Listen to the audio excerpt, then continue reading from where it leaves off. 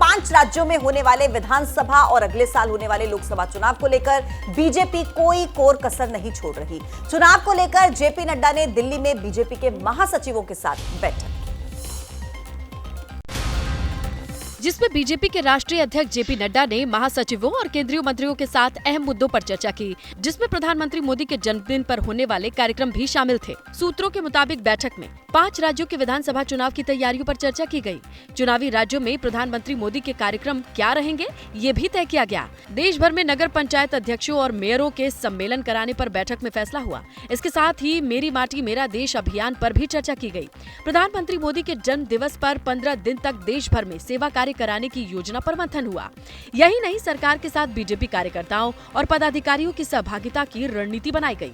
देश भर के गांवों से मिट्टी और पौधे लाकर दिल्ली के कर्तव्य पथ पर अमृत वन और अमृत वाटिका बनाई जाएगी, इस पर फैसला हुआ। यह अभियान अनुराग ठाकुर और जी किशन रेड्डी के नेतृत्व में पूरे देश में चलाया जाएगा। दिल्ली में बीजेपी मुख्यालय पर हुई बैठक में बीएल संतोष, सुनील बंसल, विनोद तावड़े मौजूद रहे, जबकि केंद्रीय मंत्रियों में धर्मेंद्र प्रधान, भूपेंद्र यादव, अनुराग ठाकुर और जी किशन रेड्डी शामिल हुए।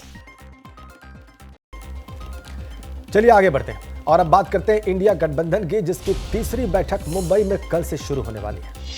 क्या इंडिया गठबंधन के संयोजक के नाम पर मुहर लगेगी?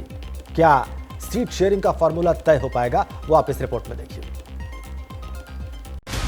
पटना में 5 विपक्षी पार्टी मोदी विरोध के बैनर तले एक मंच पर जुटे और फिर 1.5 महीने पहले बेंगलुरु में विपक्षी दलों का मजमा लगा और इस गठबंधन को नाम दिया गया इंडिया।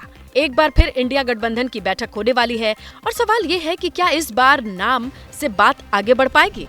इंडिया गठबंधन की मेजबानी मुंबई में है, इसीलिए तैयारियों को लेकर हयात होटल में बैठक चली।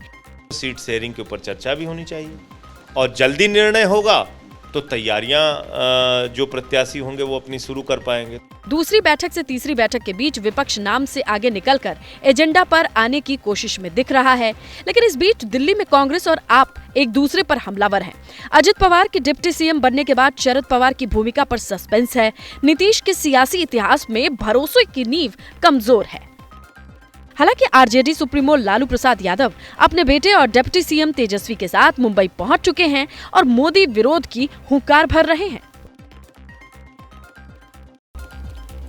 और इधर केंद्र सरकार ने घरेलू गैस सिलेंडर के दाम कम कर लोगों को बड़ी राहत दी है, लेकिन ये राहत विपक्ष को रास नहीं आई।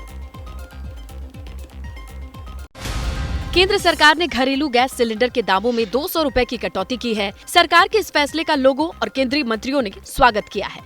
माननीय नरेंद्र मोदी जी ने देश की करोड़ों बहनों को गैस सिलेंडर की प्राइस उसमें 200 रुपए की राहत देने की घोषणा की है।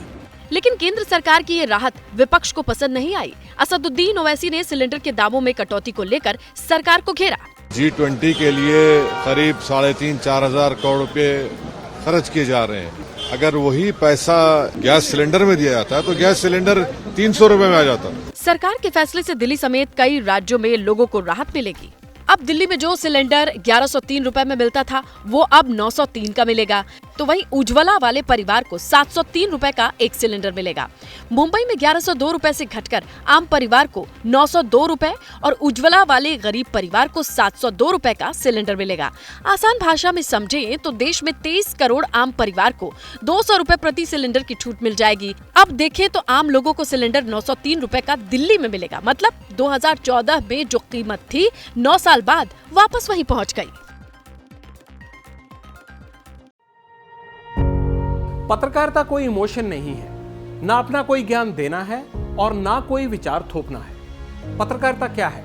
पत्रकारिता का मतलब है सही जानकारी इकट्ठा करना और तथ्य बताना। पत्रकारिता आज जितने महत्वपूर्ण दौर में है शायद पहले नहीं थी। इस दौर से निकलने के लिए सिर्फ सच दिखाने की जरूरत है, वो सच जो आपके हित को आगे रखे।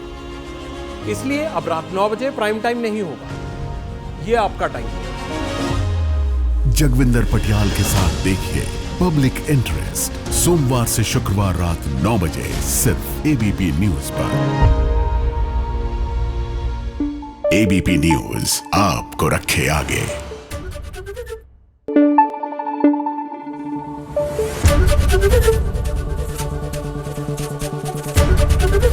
एबीपी न्यूज आपको रखे आगे।